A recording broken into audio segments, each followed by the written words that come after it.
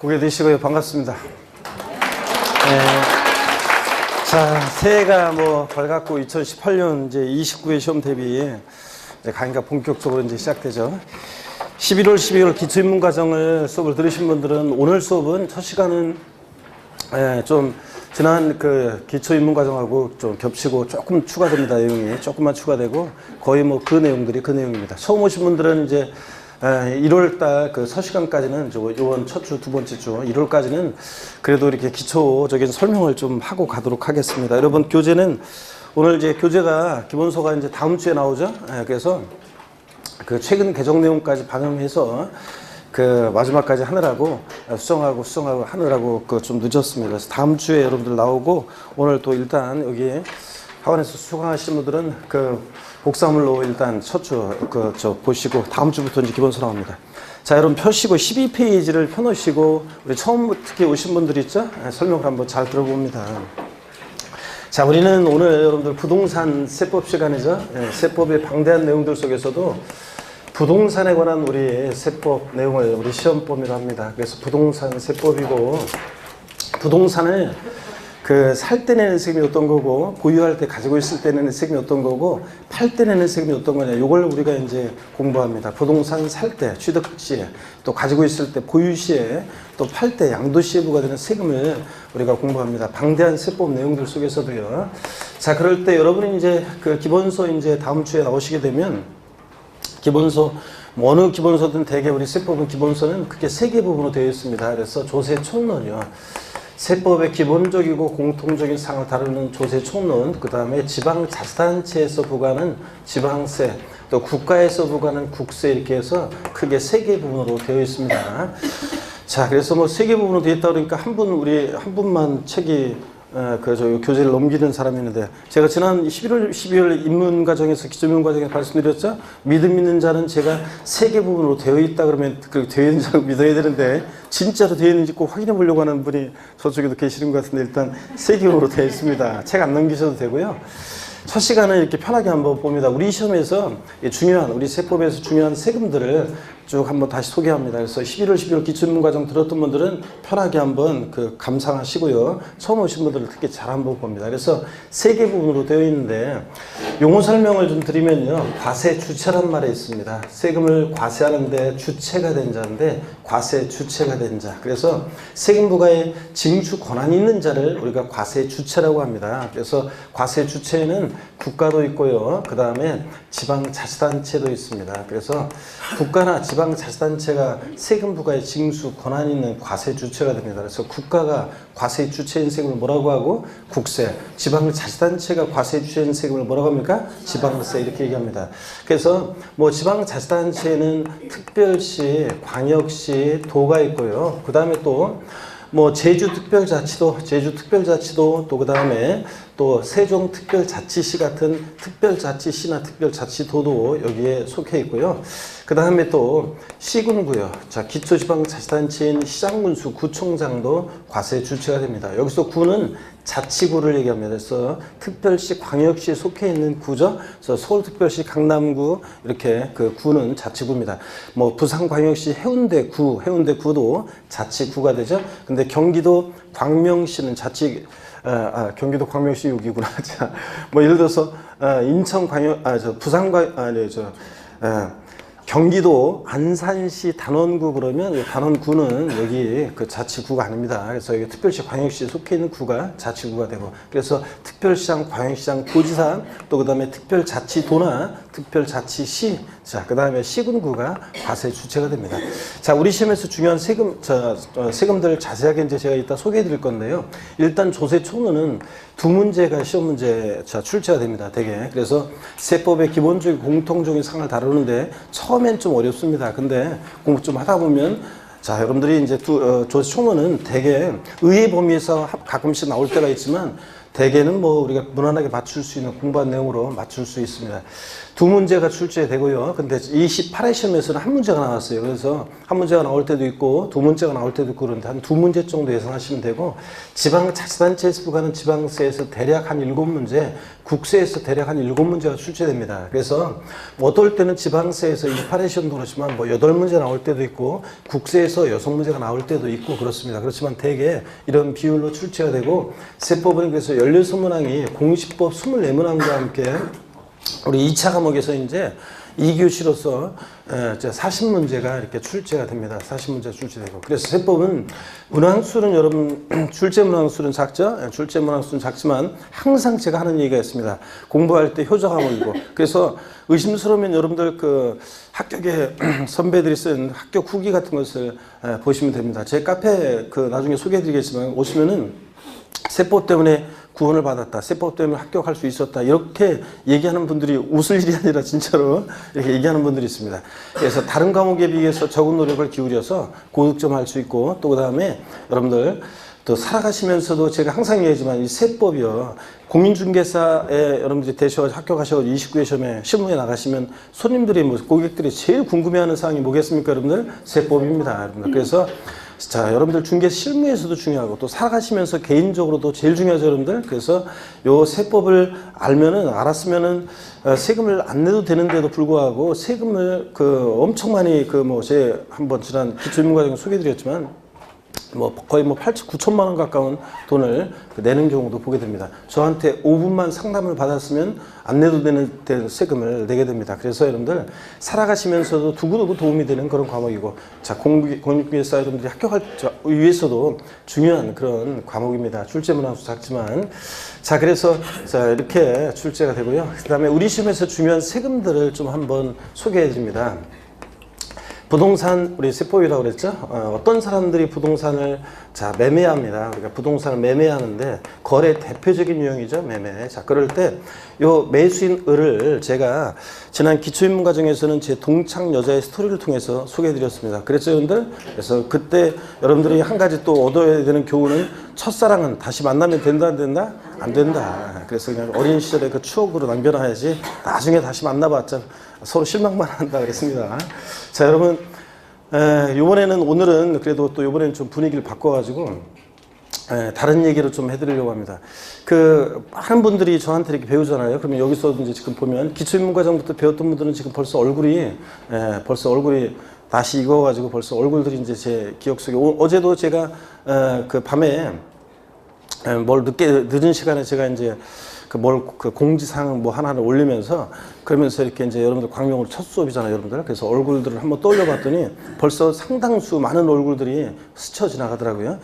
그래서 많은 얼굴들이 스쳐 지나가고 그러는데 또 새로 오신 분도 계시고 그런데 이 가운데는 보면 이제 저랑 1년 동안 공부하면서 한마디 말도 안 하고 서로 있죠? 한마디 말도 안 하고 그냥 헤어지는 그런 관계도 있고 또 어떤 분들은 또 많이 이렇게 얘기도 많이 하고 서로 이제 그러면서 이제 계속 또 이후에도 계속 제가 주최하는 모임이라든가 이런 데서 계속 나와서 얼굴을 보게 되는 그런 분도 계십니다. 근데 많은 분들이 스쳐 지나가는데 저한테 배운 분들 근데 그 중에서 인강 수강생분들은 얼굴도 한번 못 봤는데 아직까지도 얼굴은 못 봤지만 그 얘기는 1년 동안 공부하면서 고민도 얘기하고 그러면서 서로 많은 얘기를 나눴던 그런 분도 있고 하여튼 수많은 분들이 스쳐 지나갑니다.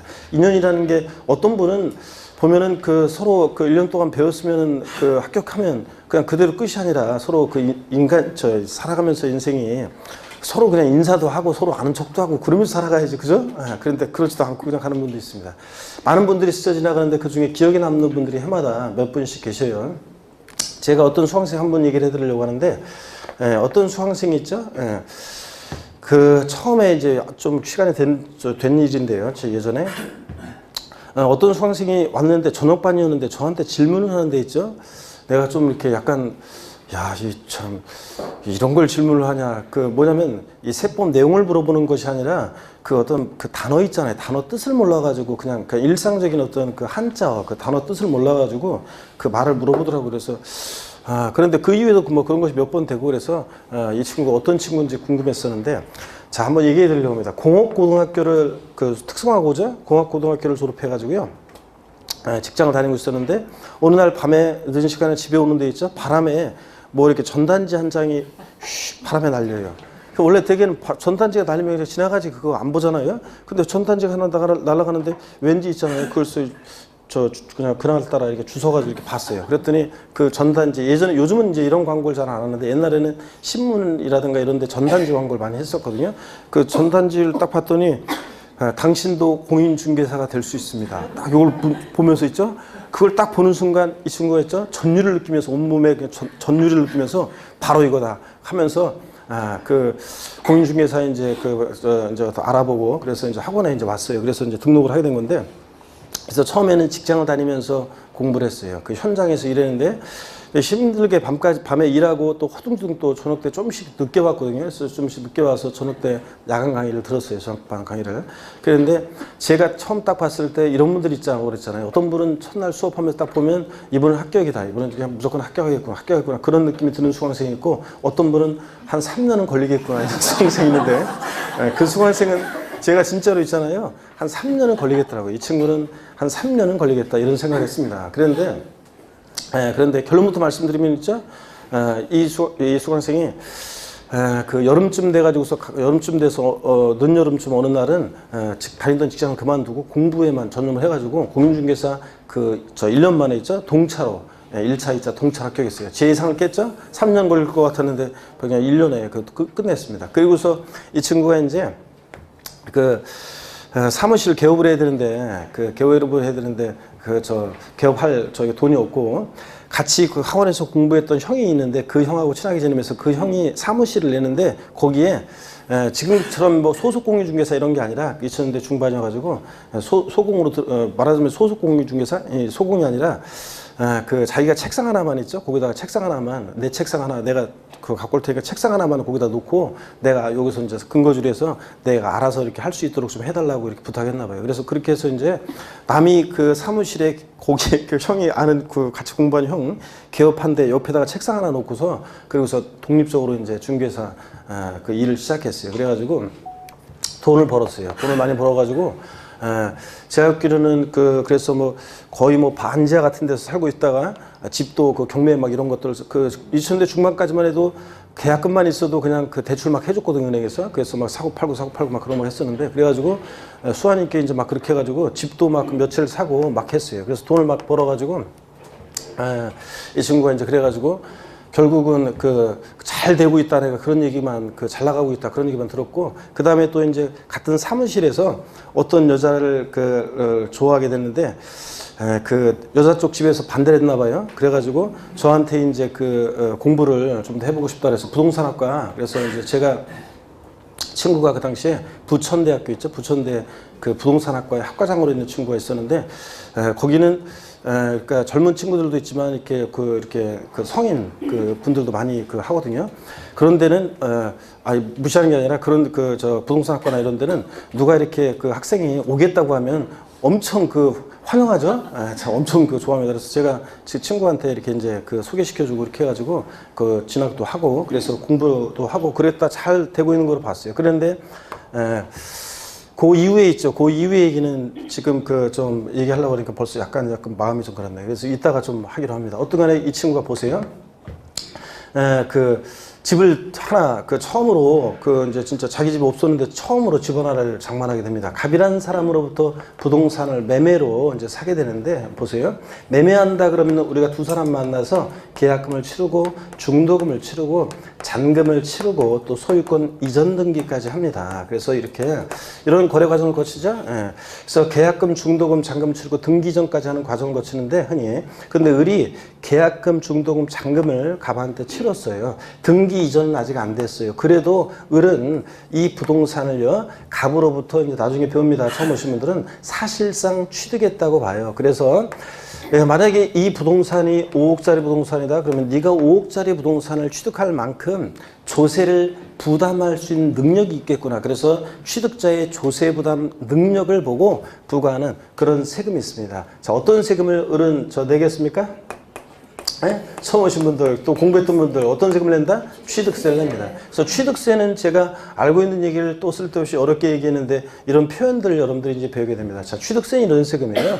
자, 취득세는 법에 열거되어 있는 어떤 물건을요. 자, 물건을 등기 안 됐어도 잔금을 치렀을 때 사실상 취득했을 때 그 취득자의 조세 부담 능력을 보고 부과하는 세금. 그게 뭐라고요? 취득세입니다. 자, 그 다음에 을이요.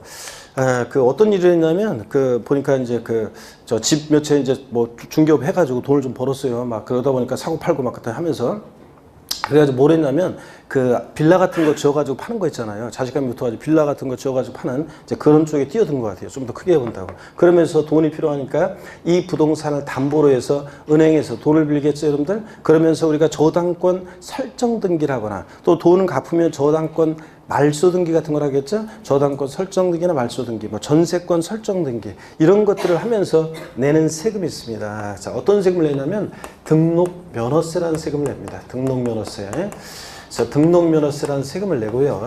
또 을이 이제 보세요. 등기 전 안 됐어도 잔금을 치렀어요. 그러면 자, 우리가 잔금을 치를 때 매수인은 매도인한테 잔금을 주죠. 그러면 매도인은 매수인한테 등기 전에 필요한 서류도 넘겨주고, 그죠? 열쇠 주겠죠? 자, 그러면 등기 전 안 됐어도 자, 을이 이 재산을 사실상 취득해서 이제 소유하게 됩니다. 이 재산을. 자, 그럴 때 사실상 어떤 재산을 소유할 때 어떤 특정한 날을 기준으로 해서 소유하고 있을 때 그 재산 보유에 대해서 매년 반복해서 부과되는 세금이 있습니다. 어떤 세금이 부과되겠습니까? 자, 그렇죠. 등기 전 안 됐어도요, 저 재산을 사실상 소유하는 자에게 매년 반복해서 부과되는 대표적인 재산 보유세, 재산세가 부과됩니다. 그 다음에 이제 또, 을이 이제 돈 진짜 벌었어요. 그래서 자기 명의로도 집 한 채 이제 해놓고, 그 다음에 또 부모님 명의로도 집 하나 사놓고 막 이런 식으로요. 자, 그러다 보면 보세요. 어떤 개인을 중심으로 해서요. 전국에 있는, 졸고 있는 건 아니겠지, 우리 저기. 자, 아니, 저 TV 저쪽, 모니터 쪽에. 예. 내 얼굴 지금 보고 있는, 빤히 보고 있는, 아니, 뒤쪽에, 보니.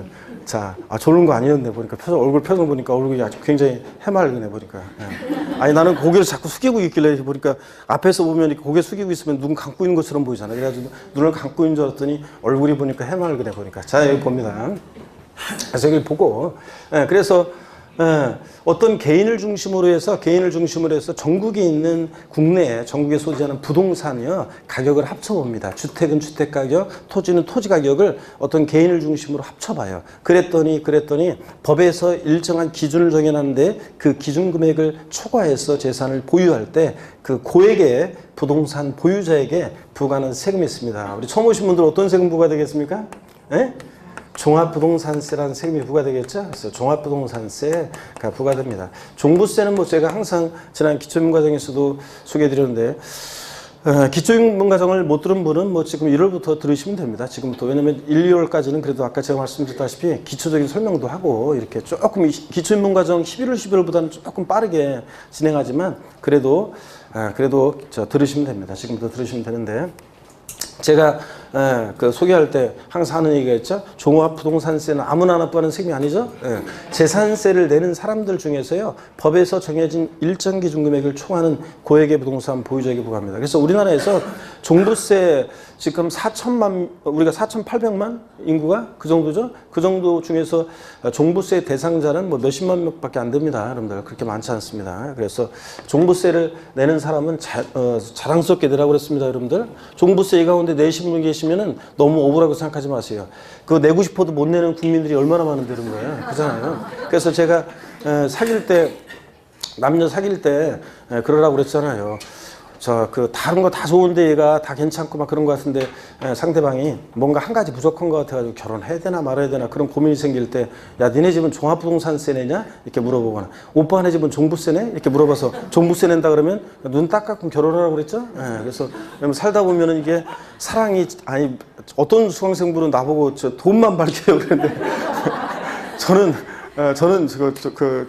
정 반대예요, 여러분들. 그렇지 않습니다. 진짜요, 여러분들.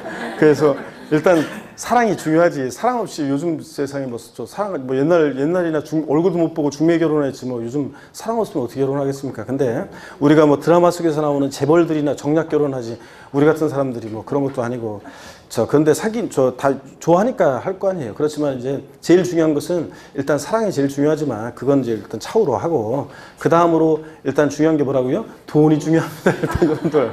자, 그래서 얼굴 같은 거 따지지 말라고 그랬죠, 너무? 그 남자 우리 미혼 수강생 여러분들. 예. 얼굴은 그냥 살다 보면 그 얼굴이 그 얼굴 되기 때문에 뭐 어떤지도 몰라요. 얼굴 보고 처음에나 그렇지 결혼해서 몇 년은 얼굴 볼라나? 몇 년은 얼굴 보지만 좀 더 지나면 얼굴 보고 서로 같은 집에 있어도 얼굴 볼 일이 별로 없다고 그랬잖아요. 서로. 그냥. 자, 그러니까 따지지 말고 결혼하라 그런 얘기 했습니다. 종합부동산세 소개해드렸고 그 다음에 또 이쪽 한번 보시면요. 그 을은 그래서 아까 사실상 취득했다고 했잖아요. 등기전 안 됐어도. 자, 매도인 갑은 보면요. 계약금, 중도금, 잔금을 받아요. 을로부터 갑이. 그러면 등기전 안 됐어도 갑은요. 잔금을 을로부터 받았을 때 이 부동산을 사실상 양도했다 이렇게 봐서 우리 같은 자연인 개인이 소득 발생했을 때 부과되는 세금이 있습니다. 어떤 세금이 부과되겠습니까? 소득세가 부과됩니다.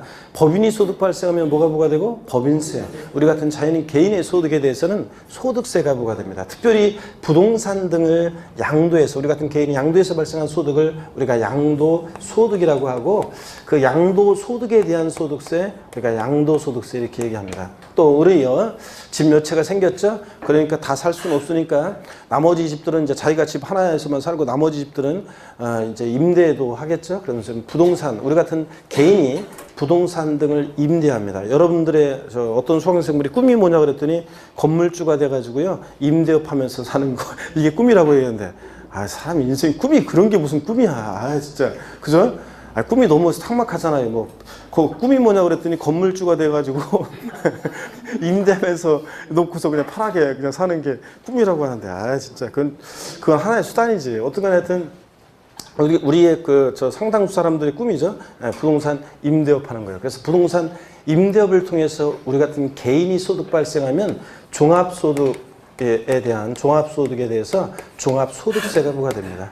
자, 그래서 우리 처음 오신 분들은 잘 보세요. 우리 시험에서 중요한 세금들을 제가 다 소개해 드렸습니다. 이따 교재 보겠지만 지방세하고 국세에는 많은 세금들이 있습니다. 그 중에서 우리 시험은 얘네들을 중심으로 출제가 되고 있습니다. 그래서 얘네들 출제 비중도 좀 말씀을 드리고 좀 한번 해보겠습니다. 여러분, 첫 시간은 편하게 보세요. 오리엔테이션으로 가니까. 취득세, 얘는 지방자치단체에서 부과하는데 그 중에서도요. 특별시, 광역시, 도가 과세 주체가 돼요. 특별시장, 광역시장, 도지사가 과세 주체입니다. 그래서 취득세를 내면 그 돈이 결국 어디로 간다? 특광도, 특별시, 광역시, 도로 갑니다. 그래서 우리가 취득세 줄여서 특광도가 과세 주체다. 그 다음에 등록면허세는 특별시, 광역시에서는 자치구가 과세 주체입니다. 그래서 서울특별시 서초구 그러면 서초구가 과세 주체가 되고요. 그 다음에 또 도가 있는 곳에서는 도가 있는 곳에서는 도가 과세 주체가 됩니다. 그래서 등록면허세를 우리가 흔히 구세고 도세, 구가 과세 주체인 세금이다 이렇게 얘기합니다. 그래서 등록면허세는 보세요. 시험에서 뭐 최근에 이렇게 나온 적도 있습니다. 다음 중 특별시세인 조세가 아닌 것은 그래서 그때 정답이 뭐였냐면 등록면허세입니다. 특별시세가 아니죠. 특별시 광역시가 있는 곳에서는 이제는 자치 그 구가 과세 주체가 되고 경기도 뭐 광명시 그러면 등록면허세는 어디로요? 경기도로 가는 그런 세금입니다. 여러분들 구도가 과세 주체고요.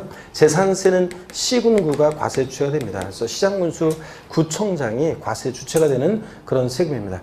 아까 특별자치도나 특별자치시를 얘기해 드렸는데 특별자치도나 특별자치시는 이제 11개 지방세가 있는데 지방자치단체에 부과하는 지방세 그 11개 지방세 다 과세 주체가 돼요. 그래서 특별자치도나 특별자치시는 의뢰이 다 과세 주체가 되기 때문에 제가 일단 그거는 생략했습니다. 이렇게만 기억하면 됩니다. 자, 그래서 또 재산세 시군구고 종합부동산세부터는 국가가 과세 주체이기 때문에 관할 세무서장이 과세 주체가 됩니다. 그래서 관할 세무서장이. 그래서 자 보세요.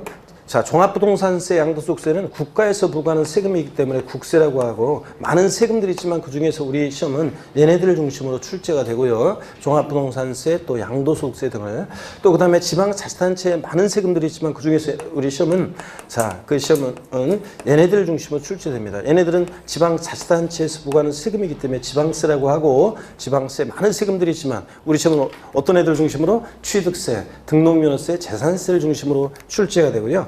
시험에서 출제 비중을 좀 말씀드리면 취득세는 시험 문제가 선언 문제가 출제됩니다. 그래서 뭐 어떨 때는 취득세만의 문제, 세 문제, 또 등록면허세하고 묶어서 한 문제, 뭐 이렇게도 나오기도 하고, 하여튼 선언 문제 출제되고, 등록면허세는 한 문제 정도가 계속 출제되어 왔는데 28회 시험만 2문제가 의외로 나왔습니다. 그렇지만 한 문제 정도 출제 예상하시면 되고요. 29회 시험. 재산세는 세 문제가 그러니까 계속 또 거의 그냥 일정하게 세 문제가 출제가 되고 있습니다. 종합부동산세 한 문제가 출제가 되고요. 그 다음에 양도소득세는 또 여기서는 대여섯 문제가 출제됩니다. 종합소득세에서는 이제 부동산 임대업을 중심으로 한 문제가 또 출제가 또 틈틈이 되고 있습니다. 그래서 이렇게 해서 자, 우리 시험 어떤 게 제일 중요합니까? 처음 오신 분들? 네? 양도소득세가 제일 중요합니다. 그래서 우리 시험은 뭐 실무에서도 제일 중요하고 시험에서도 양도소득세가 제일 중요하고 그 다음으로 중요한 세금이 어떤 겁니까? 취득세가 그 다음으로 중요합니다. 그래서 취득세를 여러분들이 잘 공부해 놓으시면 취득세가 이제 좀 어려운 부분들이 있어요. 그래서 어떻든 간에 취득세를 잘 공부해 놓으면 나머지 세금들에 대한 공부가 쉬워집니다. 그 다음에 잠깐 보시면요. 우리 부동산 세법이라고 그랬잖아요. 그래서 자, 취득세하고 등록면허세는 부동산을 취득할 때 내는 대표적인 그런 세금입니다. 자, 그래서 부동산 취득할 때 뭘 어떤 세금을 낸다고요? 취득세, 등록면허세요. 그 다음에 재산세하고 종합부동산세는 부동산 보유 시에 내는 보유할 때 내는 대표적인 그런 세금입니다. 그래서 여러분들이 항상 공부할 때 취득세하고 등록면허세는 항상 비교할 수 있어야 됩니다. 같은 점 다른 점 헷갈리지 않도록 비교 정리하고 또 같은 부동산 재산 보유세인 재산세하고 종합부동산세 항상 여러분들이 비교할 수 있어야 됩니다. 헷갈리지 않도록. 그 다음에 양도시에 부과되는 세금 어떤 거예요? 처분할 때 양도시에 내는 양도소득세요. 그래서 우리 시험은 부동산세법이라고 제가 처음에 소개해드렸습니다. 부동산을 살 때 내는 취득세, 등록면허세, 보유시에 내는 재산세, 종합부동산세, 팔 때 내는 어떤 거? 양도소득세를 중심으로 시험 문제가 출제가 되고 우리 공부를 합니다. 자, 이래서 우리 시험에서 중요한 세금들 다 소개해드렸네요. 그래서 얘네들 중심으로 우리가 출제가 되고요. 또 우리 이제 공부하다 보면 세법은 출제 문항수가 작기 때문에 공부할 때 그 방대한 내용들 속에서 많은 내용들을 다 공부하지는 않습니다. 그래서 효율적으로 이제 공부합니다. 그래서 시험에 출제가 유력시되는 그런 내용들은 자세히 강의하고 자세히 설명하지만 또 제가 딱 봐서 출제 가능성이 낮거나 그런 것들은 과감하게 특히 조세 총론 부분에서는 제끼면서 이제 갑니다. 그래서 그렇게 제끼면서 찍어서 했어도 거의 뭐 한두 문제는 이제 제가 강의할 수 없는 우리 세법 이제 어떤 출제 비중이나 강의 어떤 시간을 봤을 때 할 수 없는 어떤 그런 내용들이 있어가지고 출제되는 의의 범위에서 한두 문제가 또 있을 수 있습니다. 그렇지만 대개는 이제 저희랑 공부하면 저와 함께하면 무난히 이제 구원을 받을 수 있습니다. 제가 항상 구원을 얘기해 드리는데 여러분요, 자, 여러분 구원을 얘기해 드리는데 어제도 제가 제 카페 보니까 어떤 수강생 한 분이 연세 회원 정보를 보니까 연세가 거의 60 되셨더라고요. 그러니까 60 되셨던데 62세신가 하여튼 60 되셨는데 1, 2차를 이제 공부했다가 1차만 합격하고 2차 한 문제 부족해가지고 다시 공부했는데 또 저기 해가지고 다시 이번에 또 공부를 했는데 2차에서 또 세법이 또 안 돼가지고 점수가 안 나와서 좀 안 좋았나 봐요. 그래서 어떡하나 2차가 또 떨어져가지고 1차만 되고 그래서 또 이번에 이제 2차만 또 공부하시게 됐다고 하면서 쭉 얘기하신 분이 계시는데 그러면서 저보고 구원해달라고 이렇게 하시면서 이번에는 잘해보시겠다 이렇게 했는데 그런 분들을 제가 어떻게 한다? 구원해드린다 그런 얘기입니다. 그래서 저와 함께 여러분들이 남은 시간 공부하다 보면 이제 제 강의는 이렇게 기초부터 이제 기본 심화하면서 차근차근 단계별로 내용이 심화돼 갑니다. 심화돼서 갔다가 이제 그 다음에 물론 그 중간에 계속 반복합니다. 그래서 앞뒤로 전주에 배운 거 또 이제 수업 시작할 때 제가 복습해드리죠. 또 끝날 때 그날 배운 거 복습해드리죠. 중간중간 계속 반복합니다. 중요한 내용들은 계속 수십 번씩 귀에 못이 박히도록 강의를 하고 중요한 내용들은 그래서 시험장 가면 이제 그런 내용들이 저와 함께 호흡을 맞추고 여러분들이 저와 함께 또 가다 보면 강의가 내용이 이제 어려워져요. 그래서 어느 순간 고비가 되면 아유 세법이 쉬운 줄 알았더니요. 저는 처음에 기초인문과정이나 기초이론 들을 때는 세법이 쉬운 줄 알았더니 이런 거였어요 하면서 이렇게 어려운 거였어요 이렇게 하는 분도 계시지만 그 고비를 조금만 넘게 되면 제가 또 이제 다 압축해드립니다. 다시 이제 비교 정리하고 또 압축해드리고 내용. 그 다음에 그래서 기본적으로 저와 함께 호흡이 쭉 맞춰져 있으면 9, 10월 달에 제가 항상 얘기하지만 9, 10월 달에 나오는 마지막 그 특강이나 마지막 자료 같은 거 그런 것들을 이제 볼 수 있는 능력이 되면 그거 쫙 보면 이제 몇 번 반복해서 딱 보고 시험장 하시면 늘 이제 봤던 것들 대부분 여러분들이 항상 제가 얘기하지만 12문제에서 10문제는 수없이 제가 강조하는 그런 내용들이 나오고 그래서 여러분들이 특히 이제 믿음이 신실한 분들 수업 시간에 믿음이 신실하다는 것은 저 수업 시간에 저와 함께 끝까지 쭉 함께 한 분들 있잖아요. 이런 분들 이런 믿음이 신실한 분들은 시험장에서 제 음성이 들고 제가 여기 시험 당일날 29회 시험 때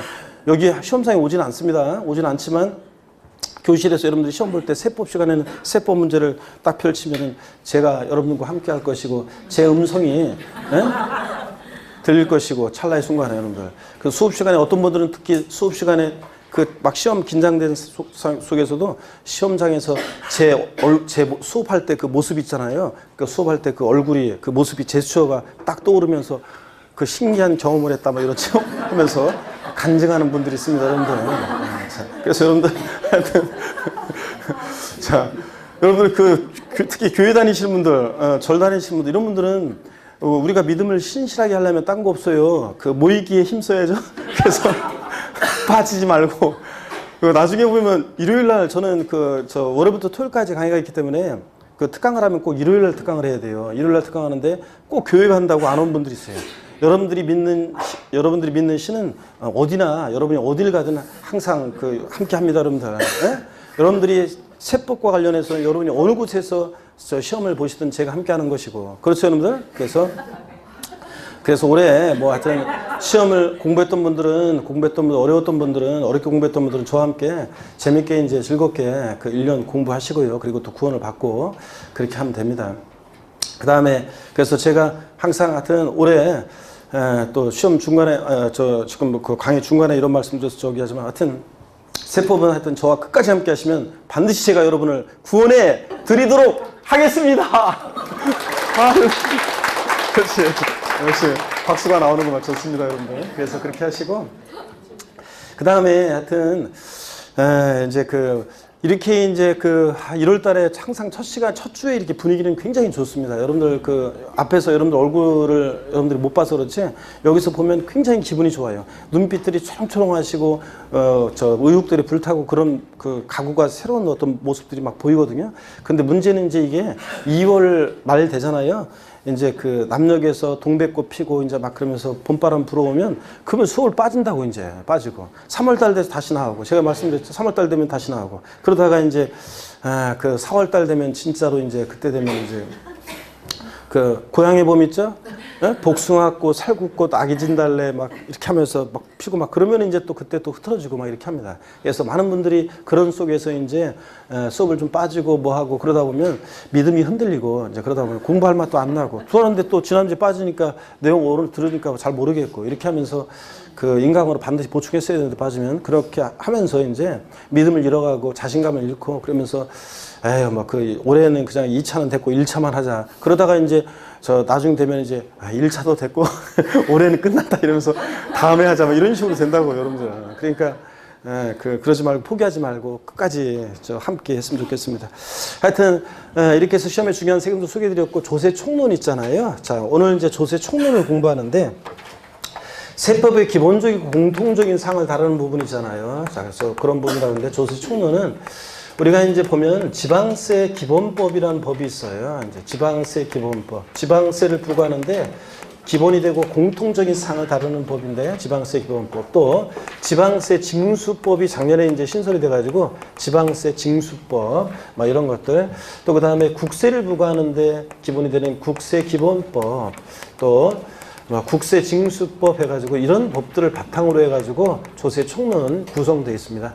여기 법에 보면 많은 내용들이 있어요. 뭐 여기 보면 많은 내용들이 있는데 그런 내용들을 우리가 다 공부하지 않습니다. 이 방대한 내용들을 우리가 다 공부한다 그러면 뭐 그러다 보면 자, 우리가 그 세법 만약에 1차 과목이고 우리가 40문제 출제되면 여기에 나오는 많은 내용들이 시험에 출제가 될 것이고 우리 또 공부도 할 건데 우리 세법 출제 문항수가 적기 때문에 여기서 이제 중요한 내용들만 추려서 우리가 공부를 합니다. 어떤 내용들을 자, 두 문제 자, 우리가 맞추기 위해서 어떤 것들을 공부하냐 그러면 처음에 조세의예요. 그래서 조세의는 자, 오늘은 조세의에서 시험에 의미가 있는 것만 살짝 보고 가겠습니다. 제가 기초입문 과정에서 조세의는 읽으면서 설명을 해드렸어요. 자, 그런데 오늘은 그냥 시험에서 의미가 있는 것만 살짝 말씀드리고 지나갑니다. 중요한 거면 제가 생략하지 않겠죠. 그 다음에 조세 분류라는 게 있습니다. 세법을 이렇게 저렇게 분류하는데 처음에는 용어를 모르기 때문에 처음에는 어렵게 느낄 수도 있고 낯설어서 여러분들이 어렵게 느낄 수 있습니다. 항상 처음에 공부할 때는 처음 공부하시는 분들 지금 처음 오신 분들은 세법이 시험 첫날 강의가 끝나면 세법이 어려워요 이렇게 얘기하는 분들이 계시는데 어려운 내용은 오늘 강의하지 않습니다, 여러분들. 그 어려운 게 아니라 자, 용어가 낯설고 이 과목이 세법 그러면 세금에 관한 거니까 뭐 엄청 계산도 막 나오고 복잡할 거야 이런 선입견 때문에 여러분들이 세법은 어려울 거야 또는 용어가 낯설어서 어렵게 느껴지는 것 뿐이지 여러분들 별거 아닙니다. 그래서 조세 분류는 나중에는 이제 별게 아니고요. 조세 분류 시험에 출제가 되는 부분입니다. 그래서 조세 분류는 출제가 되는데 예. 자, 그래서 주의를 하셔야 되는 부분이고 또 그 다음에 징수 방법이라는 게 있어요. 여러분들 징수 방법. 자, 이 세금은 어떻게 징수가 되느냐. 그래서 어떤 세금은 가만히 있으면요. 세금을 내라고 납세 고지서라는 것이 날라오는 그런 세금이 있습니다. 근데 어떤 세금은 가만히 있으면 안 되고요. 우리 같은 납세 의무자, 아까 세금 부과의 징수 권한인 자를 과세 주체라고 그랬죠.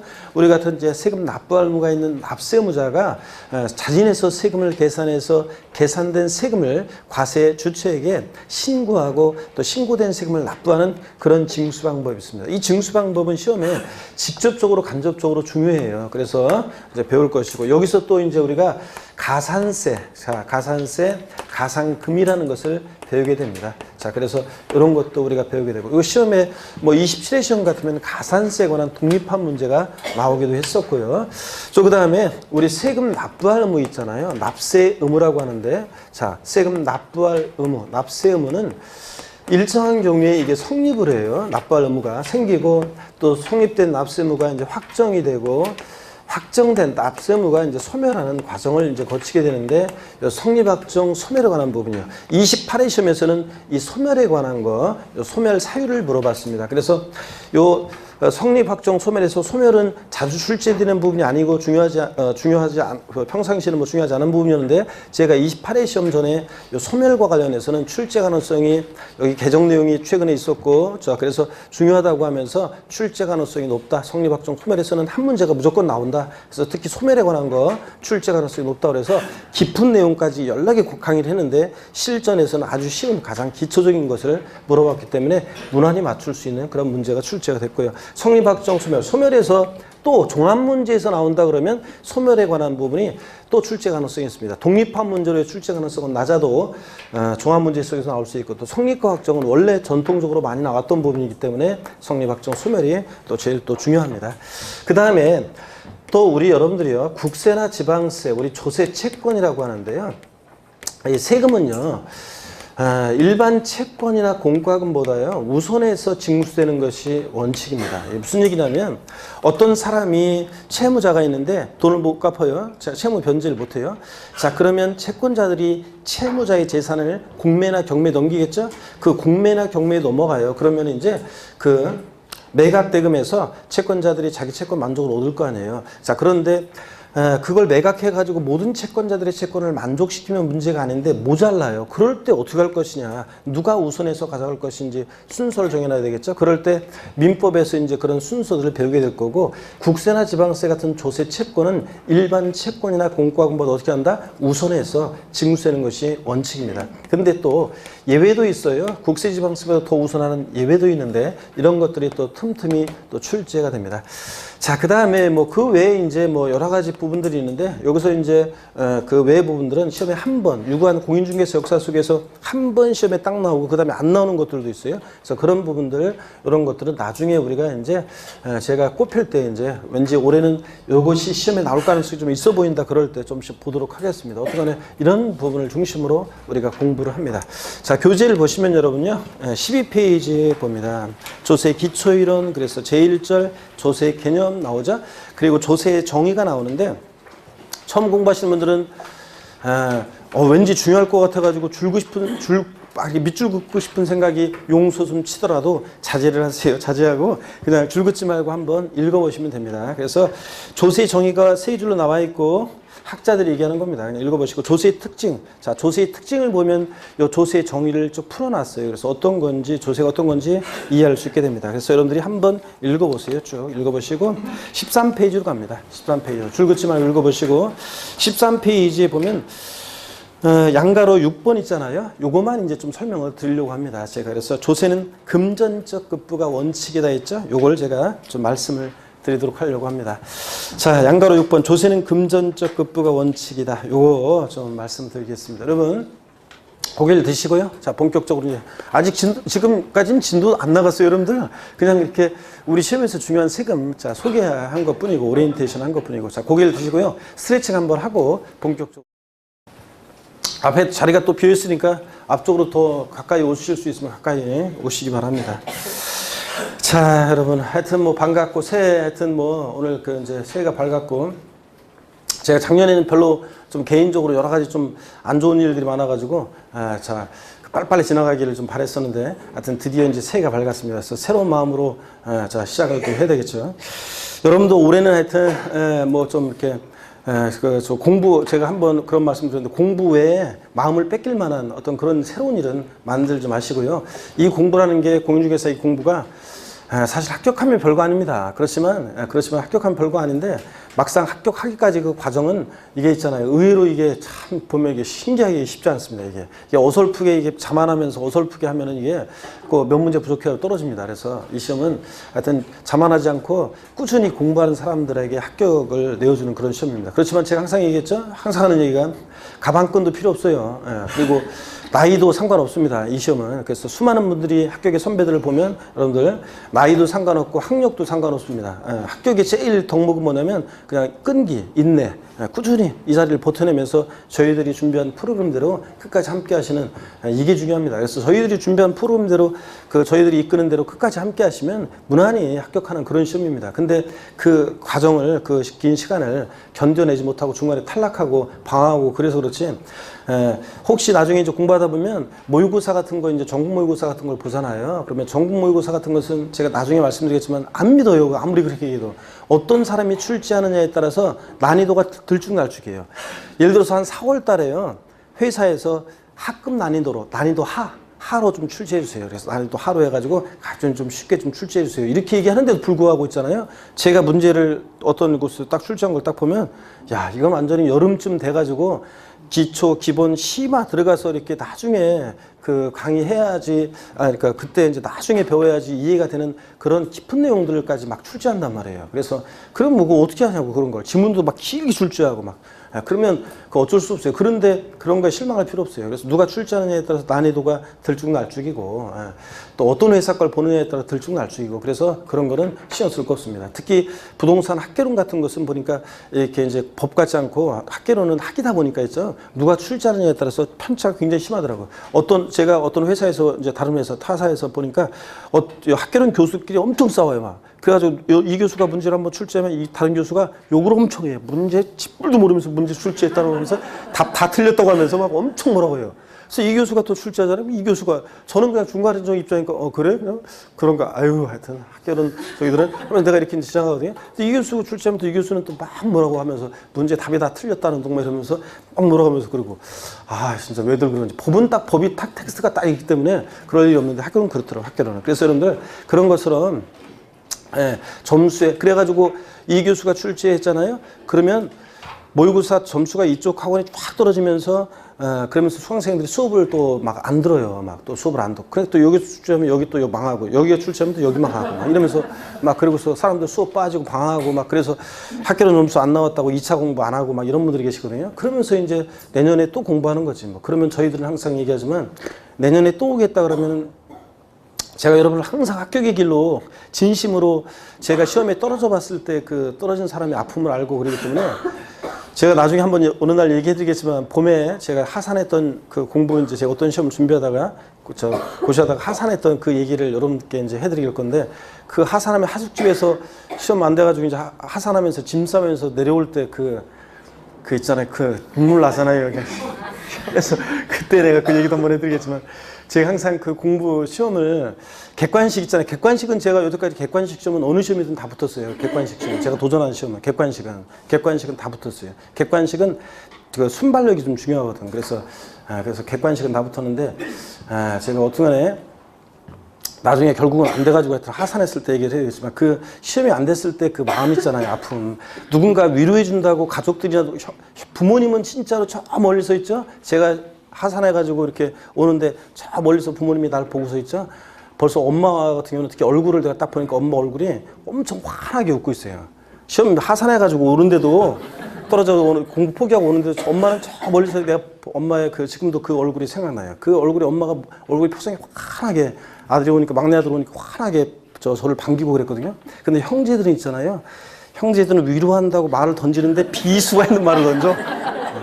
아유 진짜 비 꼬는 건지 위로하는 건지 뭐 도대체 뭐 어쩌자는 거야. 그런 것처럼 그렇습니다. 여러분들. 시험 떨어지면 가을에 시험 떨어지면 여러분들 이렇게 친하게 지내다가도 시험 떨어지면 핸드폰 꺼놓고 있잖아요. 핸드폰 꺼놓고 방황합니다. 진짜 낙엽 떨어진 거리를. 그러니까 그리고 또 가족들도 위로한다고 하면서 상처되는 말이나 하고 그런 아픔을 겪게 됩니다. 그래서 제가 진심으로 여러분께 이제 조언을 드리고 충고를 하지만 그렇지만 만약에 여러분 말을 안 듣는다. 저는 한두 번 얘기했는데 말을 안 들어요. 그러면은 절대 말하지 않습니다. 왜냐? 내년에 또 오겠다는데 제가 왜 말려요, 여러분들?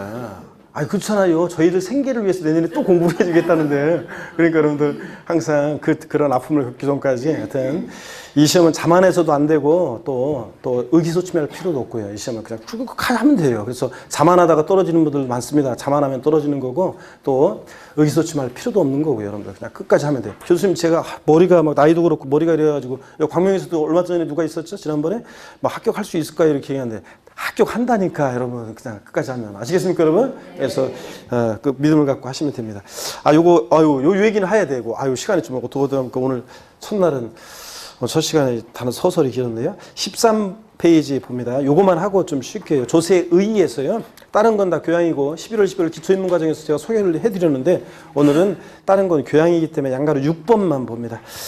자, 조세의 특징 중에서요. 양가로 6번 조세는 금전적 급부가 원칙이다 그랬습니다. 조세는 금전으로 납부하는 것이 원칙이다. 그렇습니다, 여러분. 화폐경제 시대니까 당연히 세금은 금전으로 납부해야지. 그죠, 여러분들?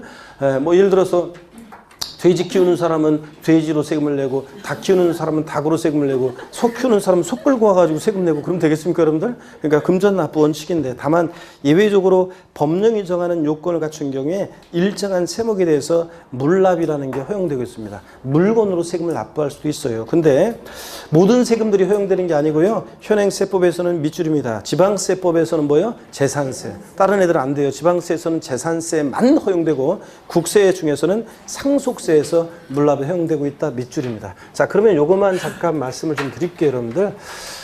이쪽 보시면요. 이쪽 잠깐 봅니다.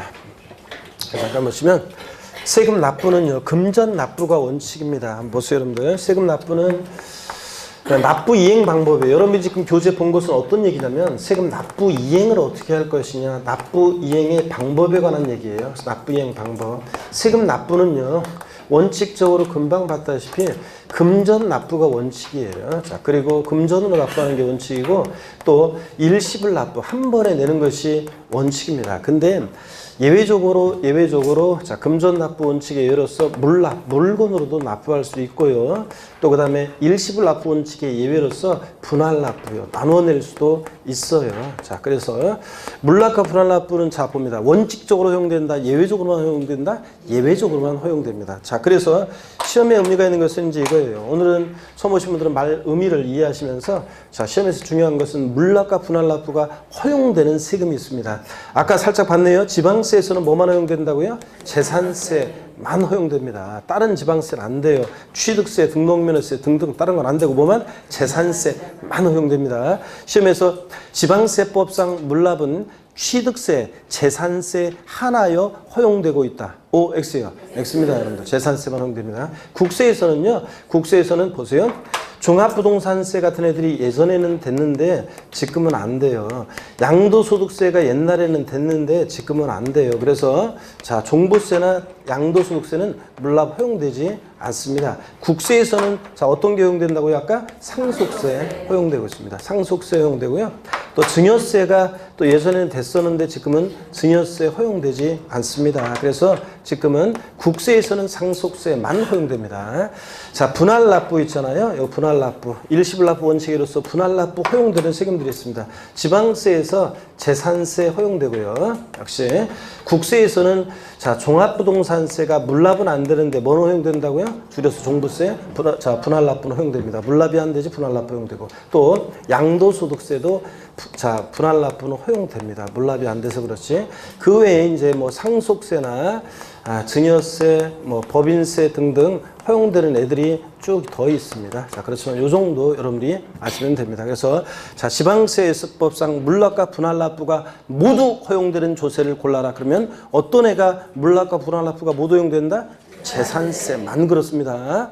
자, 그 다음에 국세에서는 상속세만 물납과 분할납부가 모두 허용되고요. 종합부동산세나 양도소득세는 물납은 안 되고 분할납부만 허용됩니다. 이건 반드시 상식처럼 무조건 알고 계셔야 됩니다. 오늘 시험에 이것은 의미가 있는 거고요. 자, 이 시험에 의미가 있는 것은 자, 오늘 첫 시간 자, 오리엔테이션으로 쭉 중요 세금들을 소개해 드렸고 그 다음에 출제 비중 말씀드렸고 그 다음에 이제 자, 조세에 의해서는 요 시험에 의미가 있는 것은 요거 하나 설명을 드렸고 요거 하나 알고 가시면 됩니다. 자, 본격적인 내용들은 잠시 쉬었다가 다음 시간에 보도록 하겠습니다.